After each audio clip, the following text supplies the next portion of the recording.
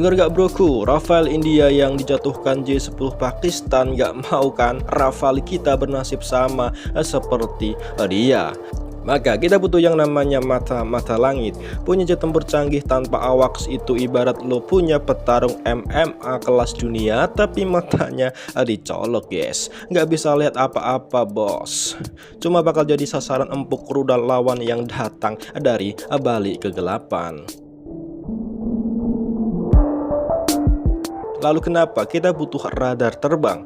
Kenapa nggak radar darat saja diperbanyak? Tolong dicatat bro, radar darat kita itu punya masalah yang namanya radar horizon. Karena bumi itu bulat, radar itu jalannya lurus. Kalau pesawat musuh terbang rendah low level flight, mereka bisa sembunyi di balik lengkungan bumi ataupun pegunungan. Istilahnya, dia bisa ngumpet, terbang sangat rendah atau bisa terbang menyelinap melewati lembah guys. Jika sudah begitu radar darat lo nggak bakal lihat kalau kita nggak punya AWACS. Pesawat asing bisa lewat di atas Monas sambil dadah-dadah dan radar darat kita cuma bisa bilang, kayak ada bau-bau mesin jet ya, telat bos.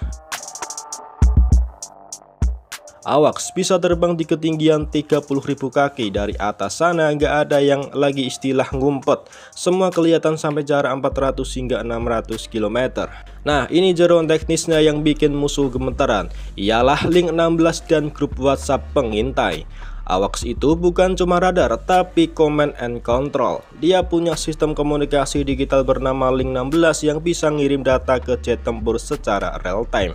Bayangin, lo lagi tawuran, teman lo mantau dari atas gedung pakai teropong, terus dia share log posisi musuh langsung ke HP lo. Lo nggak perlu nyari lagi, tinggal datang terus pukul. Di udara, pilot Rafale nggak perlu nyalain radar sendiri yang bisa bikin posisi mereka ketahuan musuh. Mereka cukup terima Sherlock dari AWACS, kunci target terus boom. Paket mendarat dengan tidak sopan di hidung musuh. AWACS juga dilengkapi dengan electronic warfare dan jamming. Bukan cuma lihat saja AWACS itu jago bikin musuh jadi bego.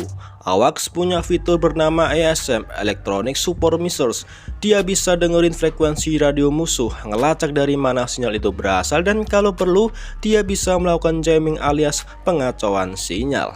Begitu pesawat musuh masuk, operator AWACS kita tinggal pencet tombolnya dan radio musuh langsung isinya suara ekresek, atau malah lagu Cikini ke gondang dia. Musuh mau koordinasi malah dapet konser dangdut dadakan, mental langsung kena, koordinasi berantakan, tamatlah sudah riwayatnya. Lalu Indonesia mau bawa pulang yang mana bro? Pilihannya ada dua yang paling kencang infonya. Yang pertama, ada nama Boeing E-7A Wet Getail atau sisirip hiu. Ia memakai radar MESA yang bisa mantau 180 target sekaligus. Ini barang elit bos, harganya bisa bikin Menteri Keuangan kita minum obat Oskaron.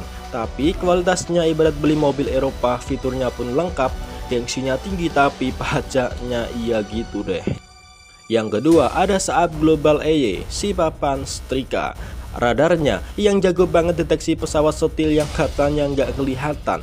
Bentuknya emang kayak papan setrikaan nempel di punggung, tapi jangan salah, ini setrikaan sakti yang bisa bikin musuh yang katanya siluman jadi kelihatan kayak laron di siang bolong.